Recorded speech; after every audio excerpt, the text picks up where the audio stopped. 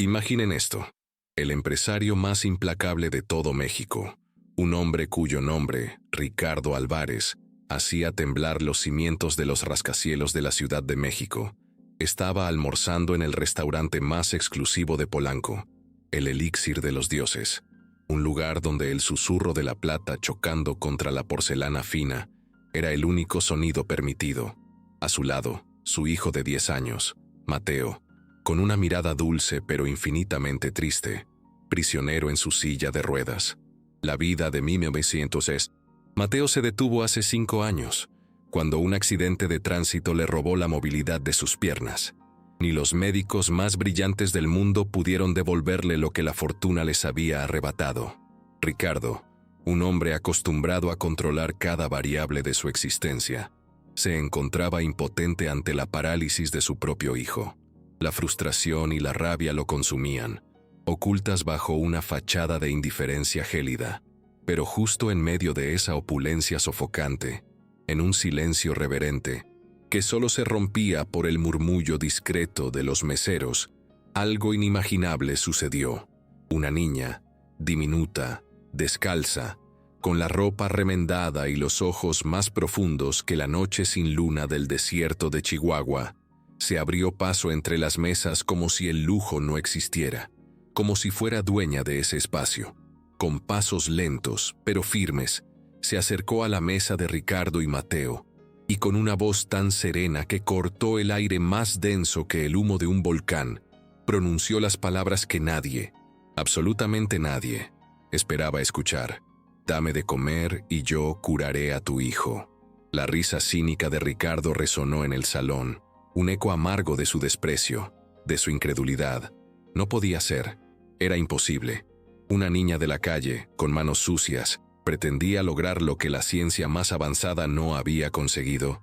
Se burló de ella, la humilló, la trató como una impostora, una molestia, un intento barato de estafa. Pero lo que ocurrió después, justo en ese mismo instante, frente a sus propios ojos, desafió toda lógica, toda razón, toda la prepotencia de Ricardo. Lo imposible, amigos míos, estaba a punto de convertirse en la más impactante y transformadora realidad, una que cambiaría sus vidas para siempre y revelaría la verdadera esencia del poder, del dolor y de la redención. Prepárense para una historia que los mantendrá en vilo, una historia de milagros que no se compran con dinero, de segundas oportunidades que nacen de las cenizas del arrepentimiento y de la luz que una pequeña alma puede encender en la oscuridad más profunda. Ricardo Álvarez, el magnate más formidable de la Ciudad de México, revisó su reloj Patek Philippe por tercera vez en 5 minutos, un gesto de impaciencia que revelaba la tormenta que bullía en su interior. Sus dedos tamborileaban rítmicamente sobre la impoluta mesa de roble del Elixir de los Dioses, un establecimiento donde cada cubierto de plata era una obra de arte, y cada mesero se movía con la precisión de un autómata, casi invisible. A su lado, su hijo Mateo, de 10 años, un pequeño ser de ojos grandes y dulces, permanecía inmóvil en su silla de ruedas, sus pies inertes sobre el reposapiés, una imagen constante del vacío irreparable que había consumido la vida de Ricardo desde el trágico accidente automovilístico de hace 5 años. Ricardo, con su traje oscuro impecable y una expresión de piedra cincelada por años de implacable éxito, no sonreía, no lo necesitaba. El aire a su alrededor ya era lo suficientemente denso como para ahuyentar cualquier atisbo de familiaridad, y había algo en sus ojos, una mezcla de poder absoluto y una melancolía que el dinero no podía comprar. El mesero se acercó apresurado, aunque sin una razón aparente, pues la comida estaba dentro del tiempo estipulado. Pero el problema, para Ricardo, nunca fue el tiempo, sino la lentitud en un mundo que, bajo su dominio, debía operar con la misma eficiencia despiadada que su propia mente. «Ya viene, señor. Solo 1 minuto más», susurró el empleado, a lo que Ricardo solo respondió con un desvío de mirada y un resoplido irritado. Su paciencia, una divisa que rara vez gastaba, estaba agotándose rápidamente. Mateo, en silencio, observaba el jugo en su vaso, removiendo la pajilla distraídamente, acostumbrado quizás a la tempestad silenciosa que era su padre, una tempestad que mantenía a todo el restaurante en un respeto casi ceremonial. Fue en ese instante de tensa calma, cuando lo inesperado descendió por la majestuosa escalera de mármol que conducía a la entrada principal. Una niña. No era una niña cualquiera de Polanco. Su ropa era sencilla, su cabello recogido en 2 trenzas que enmarcaban un rostro de pureza indómita, y sus ojos, grandes y oscuros como una noche sin luna en el desierto sonorense, portaban una presencia que no gritaba, pero tampoco pedía permiso. Caminaba entre las mesas del elixir de los dioses, como quien atraviesa un campo abierto, ignorando las miradas perplejas de los comensales, cuyos murmullos sobre su procedencia y la ineficacia de la seguridad llenaban el aire. Sus pies descalzos apenas hacían ruido contra el elegante suelo de mármol, pero cada paso parecía marcar un territorio, una declaración silenciosa de que ese restaurante, con sus vinos raros, manteles de lino almidonado y arrogancia implícita, estaba siendo desafiado por algo infinitamente más poderoso que el lujo o el estatus social. La niña se detuvo frente a la mesa de Ricardo y Mateo, su mirada fija en ambos como si ya los conociera. Mateo alzó sus ojos lentamente, y por un instante pareció contener la respiración, sintiendo algo en esa pequeña figura que no sabía nombrar, una conexión inexplicable que trascendía la lógica de su mundo. Ricardo, por su parte, arqueó una ceja, preparando ya la frase cortante, la misma que utilizaba para desechar a extraños con la misma frialdad con la que despedía directores de empresa. Pero antes de que cualquier palabra pudiera escapar de sus labios, la niña habló. Su voz, aunque no era alta, atravesó el aire con una firmeza, una claridad y una certeza que silenció incluso el murmullo de los candelabros de cristal. «Dame algo de comer», dijo con una calma impresionante, «y yo curaré a tu hijo». El silencio que siguió a esas palabras fue diferente a cualquier otro que se hubiera sentido antes en ese restaurante. No era el silencio respetuoso de las reuniones de negocios, ni el cortés de los clientes discretos, sino un silencio casi sobrenatural, un peso palpable en el aire, como si el universo mismo se hubiera detenido para presenciar el momento. La niña permaneció allí, inmóvil, sus ojos fijos en Ricardo, como si no acabara de pronunciar una proposición impensable. Mateo, por su parte, no parpadeaba. Había demasiada esperanza en su mirada, una chispa que Ricardo no podía ignorar por completo, a pesar de la furia que comenzaba a hervir en sus venas, una rabia que surgía desde lo más profundo de su ser. «Esto tiene que ser una broma», murmuró Ricardo, recostándose en su silla con una sonrisa cínica y venenosa, la personificación misma del escepticismo más mordaz. «¿Tienes idea de lo que estás diciendo, niña? Curar a mi hijo. ¿Con qué? Con la palma de tu mano sucia. ¿Crees que esto es un reality show? ¿Crees saber más que los mejores médicos del planeta, a quienes he pagado durante 5 años para que él dé un solo paso de nuevo?» La voz de Ricardo se alzó, llenando el salón, sin importarle ya las miradas de los demás comensales. Estaba demasiado molesto para mantener la compostura, su arrogancia herida por la osadía de la niña. Mateo tiró del brazo de su padre en voz baja. «Papá, solo escúchala». Pero Ricardo soltó su brazo con un movimiento brusco, su paciencia desbordada. «No, Mateo, esto es un fraude. Es solo otra de esas personas que se aprovechan del dolor ajeno. Nos quiere engañar, mesero», gritó, golpeando la mesa con fuerza, su voz resonando en cada rincón del exclusivo restaurante. «Saca a esta farsa de aquí antes de que yo mismo la eche a la calle». El mesero dudó, sin saber qué hacer. Nadie en el lugar sabía cómo reaccionar ante una situación tan absurda. Ni siquiera el maître, acostumbrado a lidiar con billonarios y celebridades, tenía un protocolo para una niña descalza con una voz cargada de más certezas que años, que desafiaba la lógica y la opulencia de su establecimiento. Pero la niña, inmóvil, sin inmutarse ante la furia del magnate, habló de nuevo. «No estoy mintiendo», dijo con la misma serenidad, sus ojos ahora fijos directamente en Mateo. «¿Puedo darte una pequeña prueba?» Antes de que Ricardo pudiera impedirlo, ella dio un paso al frente. Sus pies apenas hacían sonido en el suelo. Su gesto fue tan delicado como improbable, una danza silenciosa de fe. Se arrodilló frente a la silla de ruedas y colocó su mano sobre las piernas del niño. No era un toque técnico, como el de un médico, ni religioso, como el de un sacerdote. Era simple, puro, un toque de quien cree firmemente en lo que está haciendo y en lo que puede suceder. Una conexión elemental que desafiaba cualquier explicación racional. Mateo se estremeció levemente, casi imperceptiblemente. Una inspiración más profunda, una ligera rigidez en los dedos, pero nada espectacular. No hubo ningún milagro visible, ninguna luz deslumbrante, ningún sonido sobrenatural. Solo la extrañeza del momento y una espera tensa que aún no había entregado nada concreto. La niña retiró su mano con respeto, se levantó, dio un paso atrás y solo dijo: «A veces tarda unos minutos». Fue entonces cuando Ricardo explotó, ahora sin frenos, sin censura, sin ningún resto de la civilidad que lo caracterizaba en los negocios. «Eso es todo. Ese es tu gran truco», gritó, poniéndose de pie con una violencia contenida que hizo temblar el aire. «Tocas sus piernas y esperas que lo creamos. Mi hijo sigue parapléjico, ¿entiendes?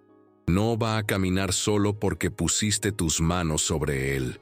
Todo el restaurante quedó en shock.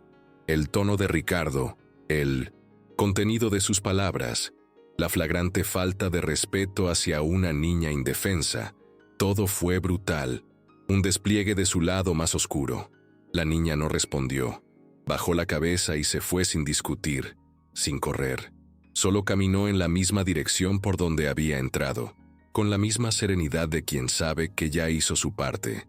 Su misión silenciosa cumplida, sin buscar reconocimiento ni aplausos.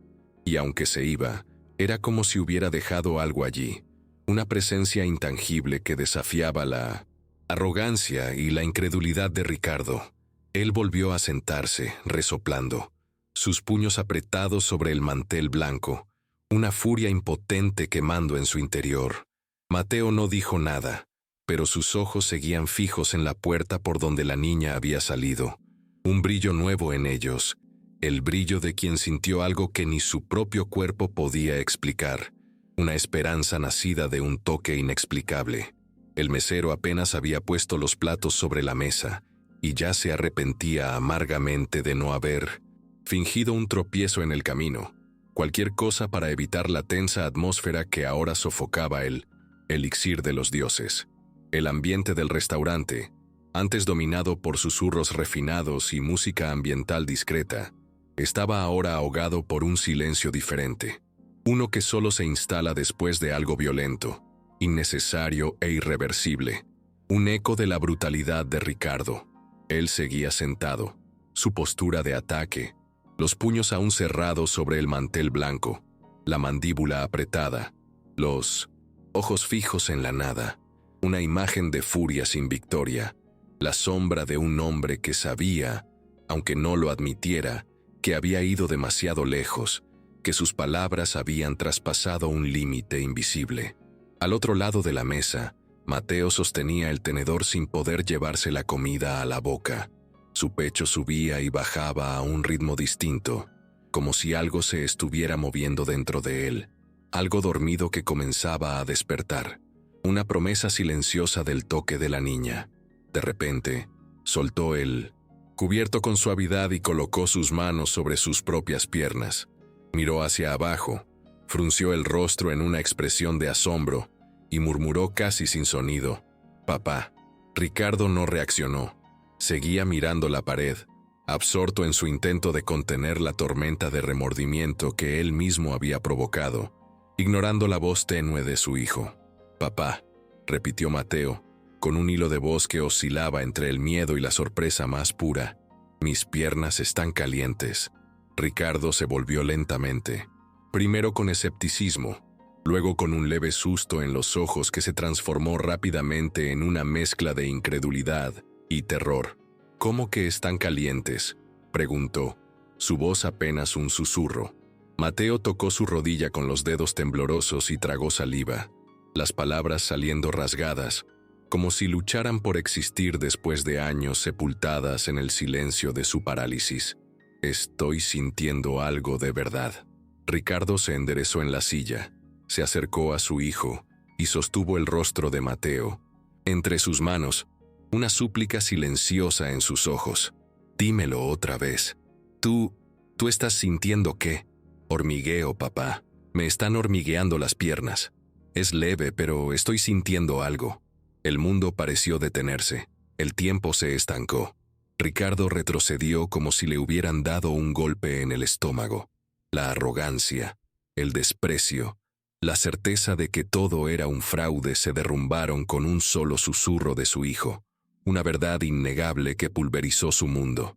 Se levantó tan rápido que la silla cayó con un estrépito que hizo sobresaltar a los meseros. Las miradas de los demás comensales regresaron a él, pero esta vez no le importó.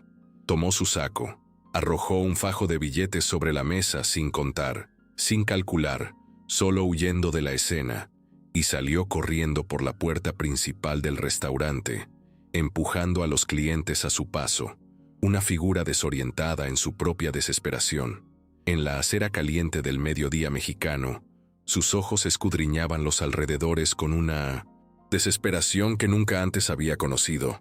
«¡Niña!», gritó sin saber su nombre, su voz desgarrada por la angustia. «¡Niña! ¿Dónde estás?». Corrió hasta la esquina, miró a ambos lados, cruzó la calle sin fijarse en el semáforo, a punto de ser atropellado por un taxi que frenó bruscamente. Giró la cabeza en todas direcciones como un hombre perdido dentro de sí mismo, sin rumbo ni propósito más allá de encontrar a la pequeña sanadora. Llamó, suplicó, corrió hasta la plaza de enfrente, buscando en las sombras de cada árbol, pero no había rastro de ella. Ninguna niña, ninguna silueta, solo el eco de su propia voz rebotando en las paredes de la Ciudad de México, una acusación silenciosa de su propia arrogancia. El sudor le escurría por la frente, pero Ricardo no se detenía, impulsado por una urgencia que no comprendía del todo, sintiendo el corazón atrapado en la garganta, cada latido una punzada de remordimiento y una oración. «Por favor, vuelve», murmuraba sin arrogancia, sin control, sin nada de su habitual dominio, solo un hombre roto ante algo que no comprendía, algo que su dinero no podía comprar ni su poder podía manipular. Lo que más le dolía no era el arrepentimiento de haberla echado, era la idea de que ella había estado allí, al alcance de su mano, una oportunidad divina, y él la había tratado como basura, como una amenaza, como una locura. Y ahora Mateo decía que estaba sintiendo sus piernas después de 5 años, 5 largos e interminables años de silencio corporal. Cuando Ricardo finalmente regresó al restaurante, la mesa estaba vacía, los platos fríos, una imagen desoladora de la oportunidad perdida. Mateo solo miraba por la ventana, sus ojos velados por lágrimas, pero no eran de tristeza, sino de una esperanza naciente que aún no comprendía. «¿Se fue, verdad?», preguntó Mateo sin apartar la vista de la calle, una voz cargada de una comprensión dolorosa. Ricardo se sentó despacio, derrotado, pasándose la mano por el rostro como si quisiera borrar al hombre que había sido hasta ese momento, al Ricardo Álvarez cruel e implacable. «Ella era real, hijo, y no supe verlo». No se dijo nada más, porque no quedaba nada por decir, solo el peso de una certeza abrumadora. Había dejado escapar la única oportunidad real de ver a su hijo caminar de nuevo, una oportunidad que su orgullo había pisoteado sin piedad. En los días que siguieron, Ricardo Álvarez dejó de ser el billonario intocable y calculador de la Ciudad de México. Se convirtió en un Nastale, hombre al borde del colapso, una sombra de su antiguo yo, obsesionado, desfigurado por la culpa que lo carcomía desde dentro. Recorrió la ciudad como un loco, buscando sin descanso a la niña que le había mostrado la luz y la sombra de su propia alma. Contrató investigadores privados, revisó cámaras de seguridad de restaurantes, estaciones de metro, plazas públicas, pagó sobornos a empleados de terminales de autobuses, cada pista una esperanza fugaz. Buscó en albergues, hospitales, iglesias, callejones, cada rincón de la vasta metrópolis, incansable en su penitencia. No dormía, apenas comía, su cuerpo consumido por la búsqueda incesante. Las llamadas a sus investigadores eran frenéticas, su voz cada vez más desesperada, un eco de la angustia que lo consumía. Pago lo que sea, pero encuentren a esa niña. Tiene alrededor de 10 años, piel morena, cabello oscuro, ojos intensos. Vuelvan a revisar. Busquen en las calles. Necesito encontrarla. Mientras el mundo a su alrededor intentaba seguir con normalidad, Ricardo se hundía más y más en un pozo que él mismo había cavado. Un abismo del cual ninguna cantidad de dinero parecía ser capaz de alcanzar la salida. Mateo, por su parte, también sentía la ausencia de la niña. Por un breve momento, la esperanza había vuelto a encenderse en él. Logró mover los dedos de los pies, una pequeña victoria, y sonrió, con una alegría contenida que rompió el corazón de su padre. «Papá, se está calentando otra vez», dijo, la voz llena de un asombro infantil. Pero entonces, como si el tiempo se hubiera agotado, todo se detuvo. Las piernas volvieron a dormirse, la sensación desapareció como si nunca hubiera existido, y eso destruyó a Ricardo. «No puede ser solo coincidencia, no puede», repetía una y otra vez, caminando de un lado a otro en su lujosa sala, un prisionero de su propio remordimiento. «Ella comenzó algo y yo la eché. La ahuyenté con mi estupidez y mi orgullo. Fue en una madrugada fría, después de más de una semana de búsqueda incesante, cuando el teléfono sonó. Ricardo contestó al primer timbrazo, el corazón latiéndole con una fuerza inusitada. Del otro lado, la voz de uno de los hombres que había contratado resonó como una campana en la oscuridad. «Señor Álvarez, encontramos a una niña con las características descritas. Está en un albergue de la zona norte de la Ciudad de México con su madre». Antes de que la llamada terminara, Ricardo ya tenía la llave del coche en la mano, su rostro demacrado, los ojos hundidos, la barba sin afeitar, el imponente ejecutivo transformado en un padre desesperado, rogando por redención, por una segunda oportunidad que sentía que no merecía. El albergue era sencillo, modesto, con paredes descascaradas y una escalera de concreto desgastada por el tiempo y el uso constante. Un contraste brutal con el mundo de Ricardo. Al llegar, fue recibido con desconfianza por los pocos empleados presentes. Nadie entendía la presencia de un hombre en un auto de lujo a esa hora en 1900. Un lugar como ese. Pero él solo mostró el nombre y las características de la niña, y siguió adelante, impulsado por una fuerza imparable. Caminó por pasillos angostos, llenos de dibujos infantiles pegados con cinta adhesiva, juguetes rotos y colchones en el suelo. Un universo de miseria y esperanza contenida. El olor a desinfectante apenas disimulaba el de humedad y desesperanza, y cada paso parecía arrastrarlo hacia un pasado que había enterrado bajo capas de éxito y ambición. Cuando se abrió, la puerta de uno de los cuartos se detuvo. El aire se le atascó en los pulmones. Sus ojos fueron directamente hacia la niña que dormía, acurrucada sobre una cobija delgada. Era ella, la misma que había enfrentado su orgullo con ojos serenos, la misma que había tocado las piernas de su hijo, con una fe silenciosa, la portadora de un milagro que no podía comprender. Pero fue al ver a la mujer a su lado, sentada en una silla con expresión abatida, que el suelo pareció desaparecer bajo sus pies, un golpe al alma que lo dejó tambaleándose. Ricardo dio 2 pasos dentro de la habitación, pero se detuvo, completamente desorientado, su mente negándose a aceptar lo que sus ojos veían. «No, esto no es posible», murmuró con la voz temblorosa, una mezcla de terror y asombro. La mujer alzó el rostro lentamente y, a pesar del tiempo, de las marcas de la vida, de la delgadez y el cansancio que habitaban su mirada, Ricardo la reconoció. «Elena», exclamó como quien ve un fantasma. Su mente, retrocediendo décadas en el tiempo. Ella no mostró sorpresa. Su rostro se endureció con la resignación de quien ya esperaba la reaparición de una vieja deuda, de un karma pendiente. «Tardaste en reconocerme, pero sí, soy yo, Ricardo». Él dio otro paso, como si aún no estuviera convencido de la realidad de ese encuentro.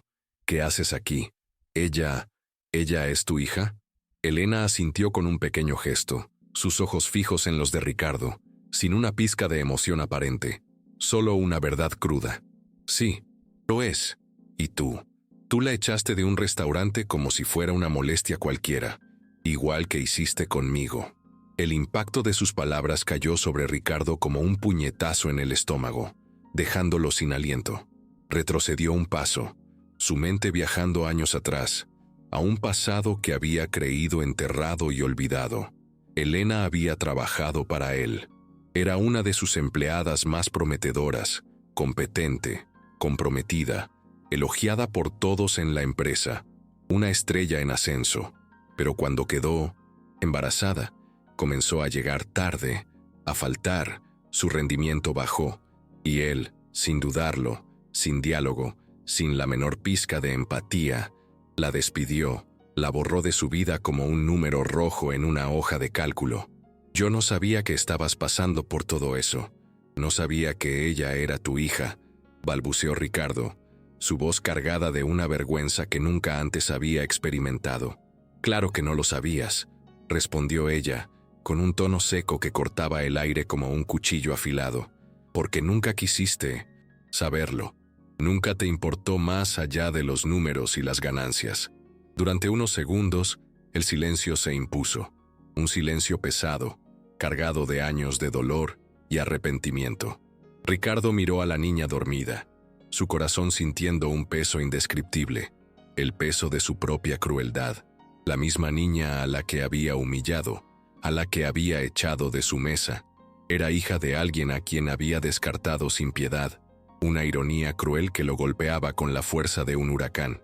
Entonces, habló más, bajo, con una voz casi temblorosa, cargada de una vulnerabilidad que nunca antes había permitido aflorar. «Ella tocó a mi hijo, y él sintió sus piernas por primera vez en 5 años. Después se fue. Pero ella comenzó algo, Elena, y yo necesito entender. Necesito saber qué pasó». Elena cruzó los brazos, respiró hondo, su postura revelando años de dolor contenido. No había espacio para el perdón en ese momento, pero tampoco puertas completamente cerradas en su corazón. La pregunta no es si quieres entender, Ricardo. La pregunta es, ¿estás dispuesto a escuchar ahora lo que no quisiste oír antes? ¿Estás realmente preparado para la verdad de tu propia insensibilidad? «Sí, por favor», dijo Ricardo desesperado, su voz apenas un susurro, una súplica despojada de todo orgullo. Elena permaneció unos segundos en silencio, como si algo aún le atara las palabras en la garganta, un nudo de años de sufrimiento. Pero al mirar a su hija dormida, su pecho pareció finalmente liberar todo lo que había estado atorado durante años, un torrente de dolor y resiliencia. «¿Quieres entender lo que pasó después de que me despediste?», comenzó Elena con una voz firme, pero quebrada por la emoción, una narrativa cruda de supervivencia. «Te lo voy a contar. Después de que me echaste embarazada sin siquiera escucharme, mi vida se volvió un campo de batalla. No conseguí trabajo en ningún lado. Nadie quería contratar a una mujer a punto de parir, mucho menos una que había sido despedida por bajo rendimiento. Una mancha en mi historial laboral». Ricardo bajó la mirada, tragado por una mezcla de vergüenza e impotencia, las palabras de Elena clavándose en su conciencia como dagas heladas. «Pasé el embarazo en un albergue con ratas. durmiendo en un colchón manchado en el piso, rodeada de la desesperación de otros desfavorecidos. Di a luz sola en un hospital público saturado, sin nadie a mi lado, sin una mano amiga que me brindara consuelo. Cuando salí, no tenía a dónde ir. Me fui a la calle, yo y ella. Yo, tratando de amamantar a una niña en el frío, con hambre, el viento cortante de la Ciudad de México calando nuestros huesos. Ella, creciendo en banquetas, refugios improvisados, filas de sopa para indigentes. Vi a mi hija toser por falta de cobijas, desmayarse por falta de comida, su pequeño cuerpo frágil, víctima de mi propia miseria y de tu crueldad. Elena se pasó la mano por el rostro como quien intenta borrar una película que nunca quiso ver, un trauma grabado a fuego, en su memoria. Todo eso empezó cuando tú decidiste que yo ya no servía porque mi rendimiento bajó. Claro que bajó. Estaba generando una vida dentro de mí, pero para ti me convertí en solo un número en rojo, un gasto innecesario en tu imperio. Tu visión miope te impidió ver más allá de las cifras. Ricardo respiraba con dificultad, cada palabra de Elena un martillo golpeando su conciencia. Quería responder, justificarse, suplicar, pero no había palabras que alcanzaran la magnitud de lo que escuchaba. Ninguna excusa que pudiera redimir su insensibilidad pasada. Ella creció así, sin cuarto propio, sin juguetes, sin fiesta de cumpleaños, sin las comodidades más básicas, pero desde muy pequeña, Iris siempre tuvo algo diferente. Una mirada, una presencia que desafiaba su entorno. No sé cómo explicarlo, pero sabía de una forma intuitiva cuando alguien necesitaba algo. Se acercaba a las personas correctas en los momentos justos, nunca por atención, nunca buscando reconocimiento. Era como si viera lo que nadie más podía ver, una luz interior que la guiaba. Elena miró a su hija con una ternura infinita y continuó, su voz ahora un poco más suave. Un día vio a un hombre sentado en la banqueta de la Alameda Central, llorando desconsoladamente. Me dijo, él necesita ayuda, mamá, está enfermo por dentro. Y cuando se acercó y lo tocó, él se derrumbó. Empezó a llorar como un niño, liberando años de dolor contenido. Contó que iba a suicidarse, que había perdido toda esperanza, pero no lo hizo porque una niña se sentó a su lado y le dijo, tú todavía eres bueno, aún hay luz en ti. Eso pasó muchas veces. Personas tristes, enfermas, rotas. Ella solo siente. No hay otra palabra para describir lo que hace. Ricardo miraba a la niña dormida como si estuviera ante algo sagrado, algo más allá de su comprensión racional, un enigma milagroso. Su mente aún intentaba asimilar que esa pequeña, rechazada, invisible para el mundo que él conocía, había salvado no solo la vida de desconocidos, sino ahora quizás también la de su propio hijo. La vi entrar al restaurante como si lo supiera, como si fuera directo hacia donde tenía que ir, sin dudar un instante, dijo en un susurro, reviviendo el momento en su mente, porque eso fue lo que pasó. Se despertó ese día y dijo, hoy vamos a encontrar a alguien importante, yo voy a ayudar, confirmó Elena, su voz resonando con la convicción de una madre que ha sido testigo de lo inexplicable, y solo pidió un plato de comida a cambio, dijo Ricardo, aún perplejo por la aparente simplicidad del trato, su mente empresarial tratando de descifrar la transacción. Ella no pidió comida como una moneda de cambio, Ricardo. Solo te estaba poniendo a prueba. Quería entender qué tipo de persona eras. Quería ver si tu corazón era tan frío como tu reputación, explicó Elena, levantándose despacio, cruzando los brazos y mirándolo directamente a los ojos, una mirada que traspasaba su coraza. Y aún después de todo, sin saber que tú eras el hombre que nos dejó sin suelo, que nos condenó a la calle, ella eligió ayudar a tu hijo porque no guarda rencor. Ella carga un propósito sagrado, Ricardo, y tú tuviste la oportunidad de ver eso, pero la echaste como si fuera una farsante, un estorbo más en tu camino. Ricardo dio un paso al frente con la voz atragantada por la emoción y el arrepentimiento. Lo sé lo que hice, lo arruiné todo, Elena, pero quiero pedir una nueva oportunidad, No para olvidar el pasado, sino para empezar de otra forma, para redimirme, para mostrar que puedo ser diferente. Elena mantuvo la mirada firme, sin responder de inmediato, pero esta vez la dureza ya no era la misma. Había un tipo nuevo de cansancio en sus ojos, el de alguien que ha luchado demasiado, y en el fondo solo quiere descansar, una señal de que la puerta no estaba del todo cerrada. «Vengan conmigo», dijo Ricardo, su voz cargada de una sinceridad que sorprendió incluso a sí mismo. «Las dos. No es limosna ni caridad, Elena. Es lo que se merecen. Es lo que necesito hacer para empezar a enmendar mis errores, para intentar reparar lo irreparable». El silencio que siguió no duró mucho. Iris, despierta desde hacía algunos instantes, escuchaba todo en silencio, su pequeña mente procesando la magnitud de las palabras. Cuando Ricardo terminó, solo miró a su madre, Elena, luego a él, sus ojos grandes y profundos buscando una señal. «¿Podemos irnos, mamá?», fue todo lo que dijo, su voz suave, pero cargada de una verdad más profunda que cualquier palabra de perdón, un sí tácito que resonó en el corazón de Ricardo. La noche cayó despacio sobre la mansión de Ricardo Álvarez, en las lomas de Chapultepec, como si el cielo mismo dudara en apagar por completo el día. Era extraño verla así, iluminada, pero no por ostentación.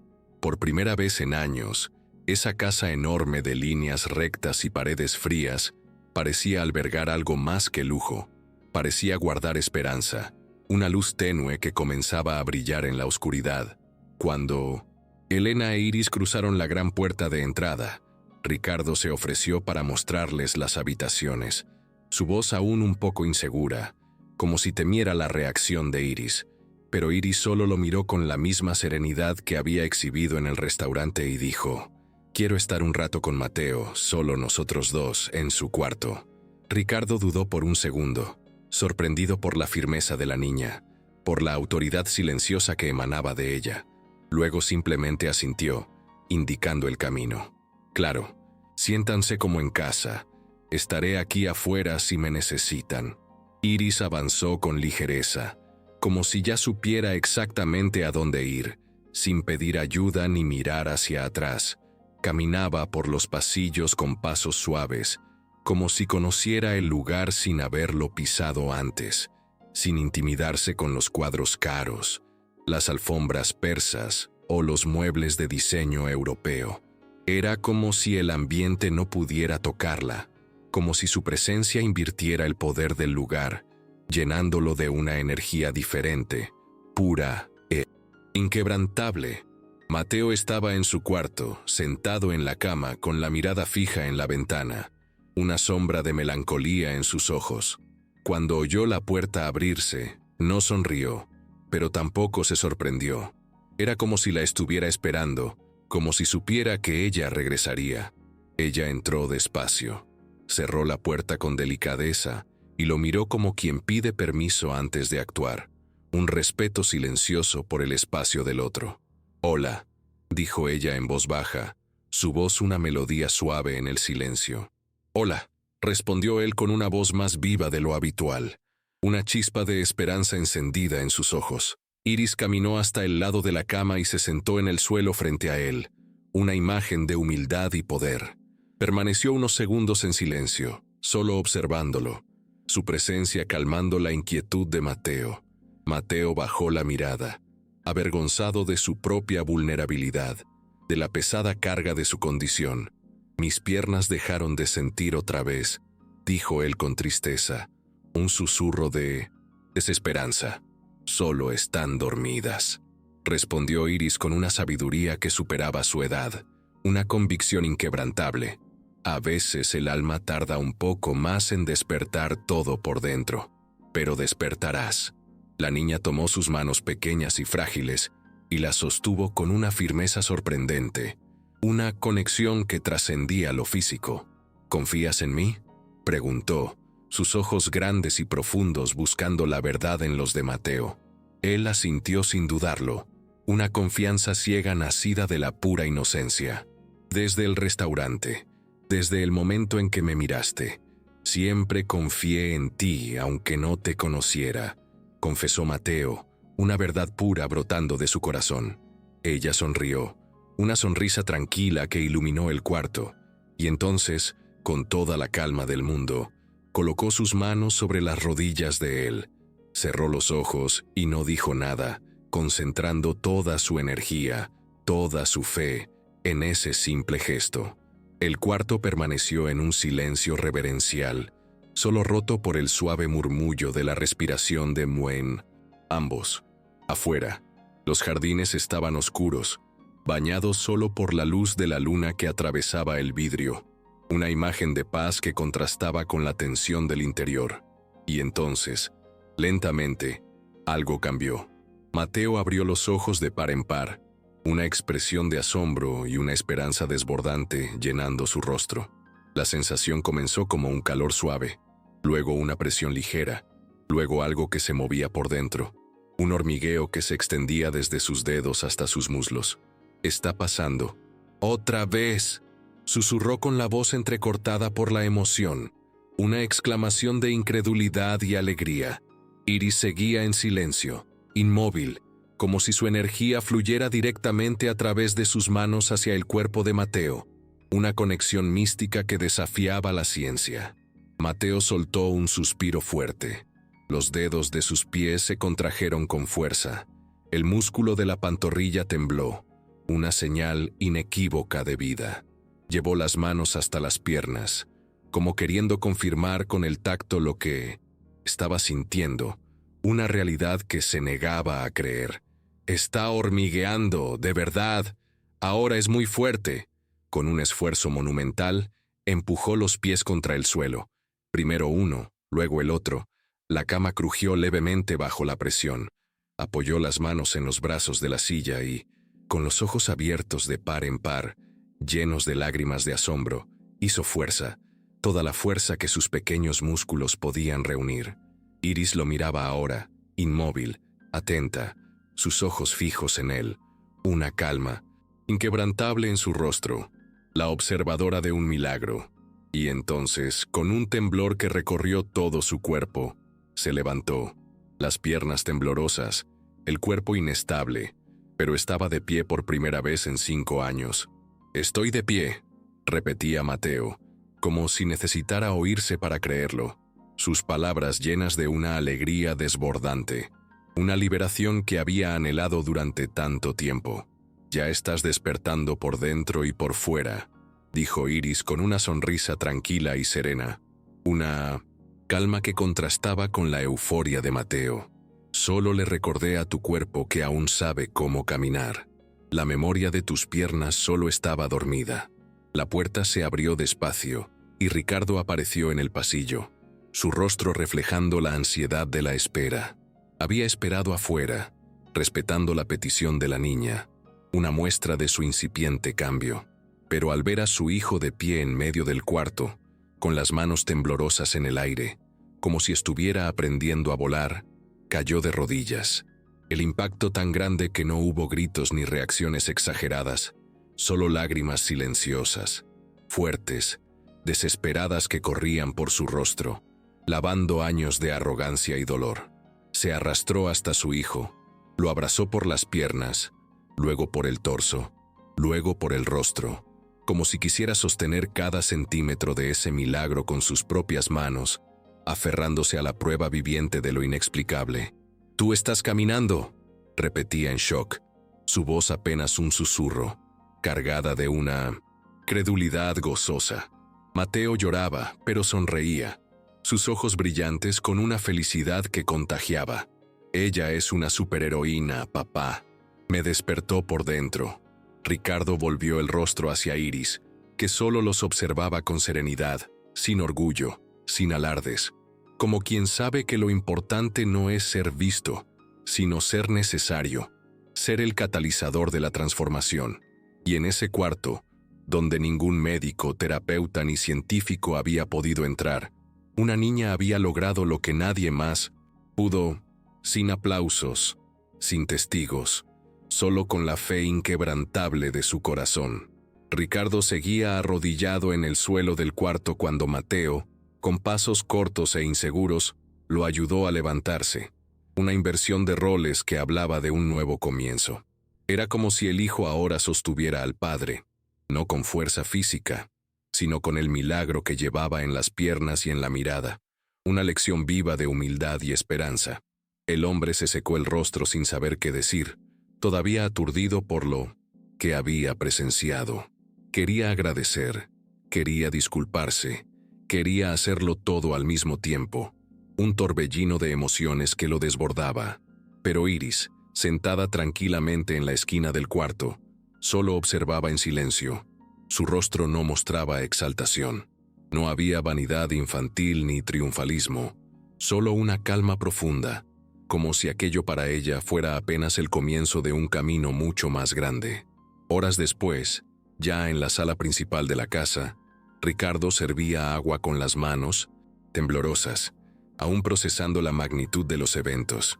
Elena se sentó en el sofá al lado de su hija, aún sin creer lo que estaba viviendo, la realidad de un nuevo comienzo. Mateo, recostado entre los cojines, ahora sonreía con la serenidad de quien ha reencontrado algo que creía perdido para siempre, una paz que se reflejaba en cada gesto. Ricardo caminaba de un lado al otro, la necesidad de hablar, de hacer algo, de romper ese silencio con un gesto a la altura de lo que había sucedido. Lo consumía. «Yo no sé cómo agradecerles», comenzó, su voz cargada de una sinceridad abrumadora. «Ustedes cambiaron todo, de verdad. Pasé la vida tratando de controlar el mundo con dinero, con influencia, con mi poder implacable, y nada de eso funcionó. Pero ustedes dos hicieron lo imposible, algo que va más allá de cualquier riqueza». Elena escuchaba, pero mantenía la mirada fija en Iris, como si supiera que era de su hija de donde vendría la respuesta que realmente importaba, la verdad que resonaría en el alma de Ricardo. «No quiero solo agradecer, quiero actuar. Les voy a dar todo lo que necesiten. Una casa cómoda, digna, seguridad, dinero, un trabajo como te lo mereces, Elena. Un puesto que reconozca tu valía y tus años de esfuerzo. E Iris, el mejor colegio, las mejores oportunidades que el dinero pueda comprar. Lo que yo pueda hacer, lo haré. Ustedes se merecen el mundo, se merecen una vida plena». El silencio duró solo unos segundos hasta que la voz dulce, pero sorprendentemente firme de Iris se alzó como un rayo de sol atravesando la ventana, llenando la sala con su claridad. «Aceptamos la ayuda». Ricardo respiró aliviado, una exhalación de gratitud y esperanza. Pero antes de que pudiera sonreír, ella continuó, sus palabras atravesando la sala con una fuerza que no coincidía con el tamaño del cuerpo que las pronunció. «Pero eso no es suficiente». Ricardo frunció el ceño, confundido, su mente empresarial tratando de descifrar la nueva condición. «¿Cómo? ¿Que no es suficiente?» Iris lo miró directamente a los ojos, no con enojo ni con arrogancia, sino con un tipo de claridad que venía de dentro, como quien ve más allá de la superficie, más allá de lo material. «Tienes que cambiar de verdad, señor Ricardo, no solo para ayudarnos a nosotras, no solo para compensar el pasado, sino para convertirte en alguien que ya no lastime a nadie más, en una fuerza para el bien». Ricardo quedó inmóvil, como si estuviera frente a un tribunal invisible, juzgado no por sus acciones, sino por la pureza de la verdad de Iris. Mateo se sentó despacio, atento, una nueva luz en sus ojos, absorbiendo cada palabra. Elena también guardó silencio, observando la transformación que se gestaba. «Tienes mucho, señor Ricardo. Tienes poder, tienes voz, tienes alcance. Pero mientras eso solo se use para mantener todo como está, para perpetuar la injusticia, no sirve de nada. Tienes que enseñarle a tu hijo lo que está bien. Mateo necesita ver en ti un ejemplo de rectitud. Muéstrale que las personas se equivocan, pero pueden enmendarlo, que el dinero puede ayudar, pero solo si se usa para levantar a quienes han caído, no para oprimirlos, y que el arrepentimiento no puede ser solo un sentimiento, no puede ser solo palabras vacías, tiene que convertirse en acción, en un motor de cambio». Esas palabras parecían simples, pero cortaban profundo. exponiendo el alma de Ricardo. Él sintió como si algo dentro de él estuviera siendo desnudado, expuesto a la luz. Pero en 1900, en lugar de defenderse, solo bajó la mirada, porque era verdad, porque lo sabía, porque en el fondo, tal vez, era justo lo que siempre había necesitado oír, la verdad que su alma anhelaba. «Tienes razón», dijo él con la voz quebrada por la emoción, una confesión de vulnerabilidad que lo liberaba de años de autoengaño. «Por primera vez en mi vida, alguien me dice eso mirándome a los ojos y lo entiendo. Lo acepto». Iris se levantó. Fue hasta él y tomó su mano pequeña y frágil en la suya. «Tu hijo empezó a caminar, señor Ricardo. Ahora es tu turno. Es tu momento de dar el primer paso hacia una nueva vida». Y luego lo soltó con un gesto leve, pero que pesó como un juramento, un compromiso sagrado que Ricardo sentía en cada fibra de su ser. El futuro aún no tenía forma, era un lienzo en blanco, pero en ese instante, Ricardo sabía que no bastaba con arreglar el presente. Era hora de reconstruir el pasado con acciones concretas, con decisiones que transformaran no solo su vida, sino la de quienes lo rodeaban, y tal vez, solo tal vez, convertirse en alguien de quien no tuviera vergüenza, alguien digno del milagro que había presenciado. Las palabras de Iris resonaron dentro de Ricardo como una orden silenciosa, pero imposible de ignorar, un eco constante en su conciencia. No se trataba de bondad abstracta, se trataba de reparación, de justicia, de enmendar los errores que había cometido en su vida. Y él lo sabía, por primera vez con absoluta certeza, que el tiempo de los discursos y las excusas había terminado. Lo que viniera después tenía que ser visible, real, tenía que tocar otras vidas como la de Elena, como la del propio Mateo, como la de esa niña que, sin pedir nada a cambio, lo había visto como alguien aún capaz de cambiar. En los días que siguieron, los primeros pasos de Ricardo fueron casi tímidos, pero consistentes. Una lenta y deliberada transformación. Comenzó dentro de su propia empresa, el imperio donde durante años había reinado con una austeridad y una distancia que generaban miedo. Llamó a los directores, convocó a los departamentos, pidió reportes de exempleados despedidos en procesos dudosos, aquellos que habían sido víctimas de su implacable eficiencia. Creó un comité interno solo para revisar todas las desvinculaciones de los últimos 5 años, una auditoría moral de su propia gestión. «Quiero reencontrar a cada persona que sufrió una injusticia aquí dentro», dijo, enfrentando a una sala llena de ejecutivos perplejos, cuyas caras reflejaban incredulidad. «Y quiero mirarlas a los ojos, pedir perdón y enmendar mis errores». La noticia se esparció como un incendio forestal por la Ciudad de México. Era como si una onda de choque recorriera los pasillos de su vasto imperio. Empleados que antes bajaban la cabeza al verlo, ahora lo observaban con una mezcla de curiosidad, asombro y un cierto respeto silencioso, una admiración naciente por el cambio de su líder. Pero Ricardo no se detuvo ahí. Reunió las ganancias de la última década, revisó inversiones, recortó excesos personales, cada decisión un paso hacia la humildad. Donó millones a instituciones que atendían a madres solteras, mujeres en situación de vulnerabilidad, niños en albergues de la periferia de la Ciudad de México, aquellos que una vez había ignorado. No lo anunció en redes sociales, no contrató agencias de relaciones públicas, solo lo hizo con discreción, con un propósito genuino, lejos de los reflectores. Mateo lo acompañaba en muchas de esas acciones, una alianza silenciosa entre padre e hijo. Comenzaron a visitar albergues juntos, clínicas, escuelas públicas, sumergiéndose en una realidad que antes les era ajena. El niño, ahora caminando, aunque aún con algo de inseguridad, empezó a preguntar todo, su curiosidad infantil abriendo los ojos de su padre. Quería saber por qué esas personas estaban ahí, por qué algunos lugares no tenían camas, por qué algunos niños no tenían padres, preguntas que desafiaban la simpleza de su mundo anterior. Ricardo respondía como podía, y cuando no sabía qué decir, Simplemente escuchaba, una nueva faceta de su personalidad. Era la primera vez en años que aprendía más de lo que enseñaba. Una lección de humildad que lo transformaba. «Papá, ¿vamos a seguir haciendo esto?», preguntó Mateo después de una visita a una ONG que cuidaba a niños con discapacidad en Ecatepec, su voz cargada de una nueva comprensión del mundo. Ricardo lo miró con los ojos llenos de lágrimas, una mezcla de orgullo y gratitud que desbordaba su corazón. «El resto de nuestras vidas, hijo. Ahora vivimos para esto». Y vivían de verdad, cada día un nuevo propósito.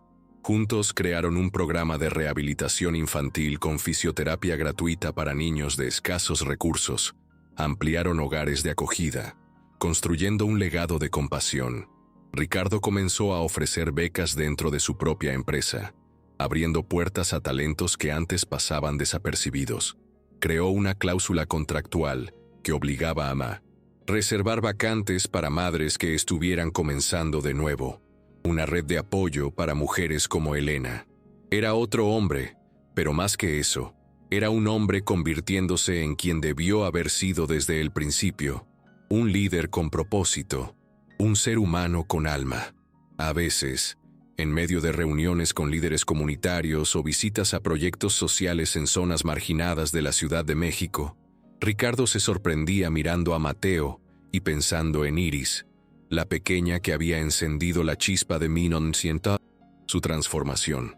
Ella no pedía nada, no exigía aplausos, solo seguía con su madre, estudiando en silencio, observando todo a distancia, pero su presencia se sentía en cada gesto de bondad de Ricardo, en cada acto de generosidad.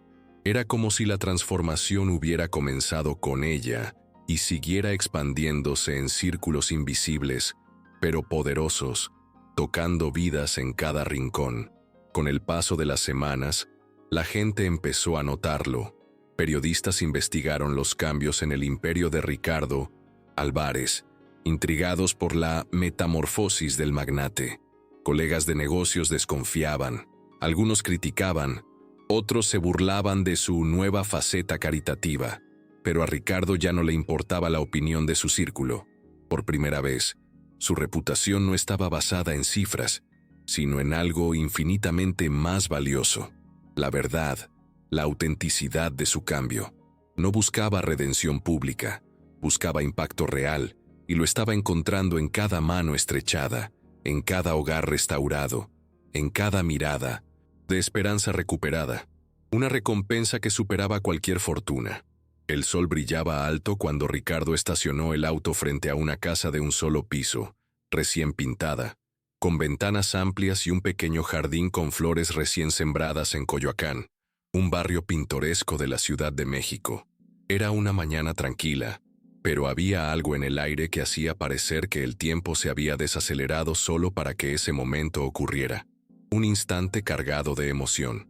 En el asiento trasero, Iris y Elena miraban por la ventana sin saber a dónde iban. Sus rostros una mezcla de curiosidad y expectativa. Mateo, en el asiento delantero, sonreía con los ojos encendidos de una expectativa infantil, cómplice de la sorpresa. «¿Dónde estamos?», preguntó Elena frunciendo el ceño, intrigada. Ricardo bajó del coche, caminó hacia el costado y abrió la puerta para ellas con un gesto respetuoso, casi ceremonial, una reverencia a la dignidad que antes había negado. «Quiero mostrarles algo», dijo, su voz cargada de emoción. «Algo que es de ustedes».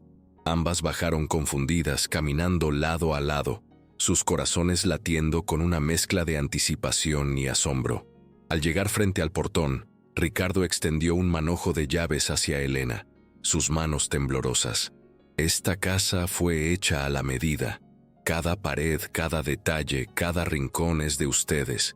No por caridad, Elena, sino porque merecen empezar de nuevo en un lugar que respete la historia que llevan, que honre su resiliencia». Elena abrió mucho los ojos, por un momento no pudo hablar, las lágrimas empañando su visión. Pasó la mano por el portón, luego por la madera de la puerta, sintiendo la solidez de la realidad. Era real, todo era real. «Esto es para nosotras», susurró, su voz apenas un hilo. Para ustedes. Y hay más. Ricardo abrió la puerta con cuidado. Adentro, una casa viva. La sala iluminada por la luz natural, la cocina con frutas en el frutero, 2 cuartos, uno de ellos con paredes pintadas de 1900, azul claro, repleto de libros, juguetes sencillos y un escritorio bajo la ventana. Un paraíso infantil. Sobre la cama, un uniforme escolar nuevo doblado con el nombre de Iris bordado en el bolsillo, un símbolo de un futuro prometedor. Ella va a estudiar donde quiera.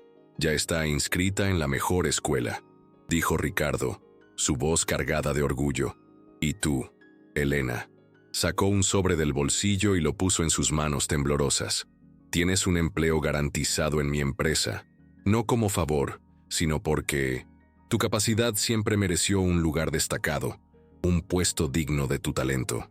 Ella lo abrió despacio, sus ojos recorriendo el contrato. Era el contrato justo, digno, con un salario justo, condiciones que nunca antes había imaginado. Por primera vez en años, no tendría que elegir entre sobrevivir y cuidar a su hija, una libertad que le devolvía la esperanza.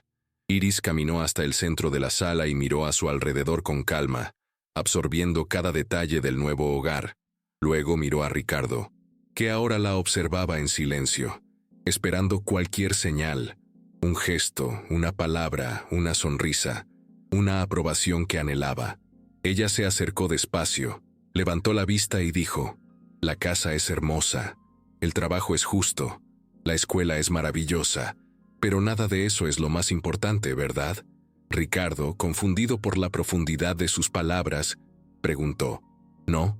Ella negó con la cabeza, sus ojos grandes y profundos fijos en los de Ricardo. «Lo más importante es el cambio que estás haciendo, no solo en nuestra vida, sino en la de todos los que todavía puedes alcanzar, en las vidas que tu transformación tocará». Esa frase cayó sobre él como una bendición. No había acusación, no había reproche, solo la constatación serena de alguien que vio germinar la semilla de la bondad y ahora observaba los frutos de su transformación, una verdad que lo liberaba. Mateo se acercó, tomó la mano de la niña y dijo con los ojos brillando: «Eres como una chispa, ¿sabes? Enciendes a las personas por dentro». Iris sonrió, una sonrisa pura y sincera. «Solo tenemos que recordarles a las personas quiénes eran antes de que se olvidaran de su propia luz, de su propia esencia». Ricardo respiró hondo, miró al cielo azul de la Ciudad de México, luego a esa niña que lo había confrontado, sanado, liberado, la pequeña que había desmantelado su arrogancia con la fuerza de su fe.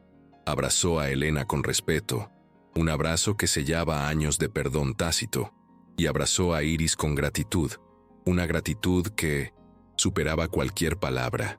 Y ahí, con los 4 reunidos en silencio, en un nuevo hogar construido sobre las ruinas de antiguos errores y de una crueldad pasada, algo se completó, algo que ninguna fortuna podría jamás comprar. Era un nuevo comienzo, pero sobre todo, era el reconocimiento del verdadero valor de las personas, de la humildad que nace de la experiencia y de la fe en la capacidad de transformación del espíritu humano. Y todo empezó con una niña descalza que solo pidió un plato de comida a cambio de un milagro, una pequeña alma que, con un simple toque, encendió la luz en la oscuridad más profunda, revelando que el verdadero poder no reside en el dinero, sino en la capacidad de amar y de redimir.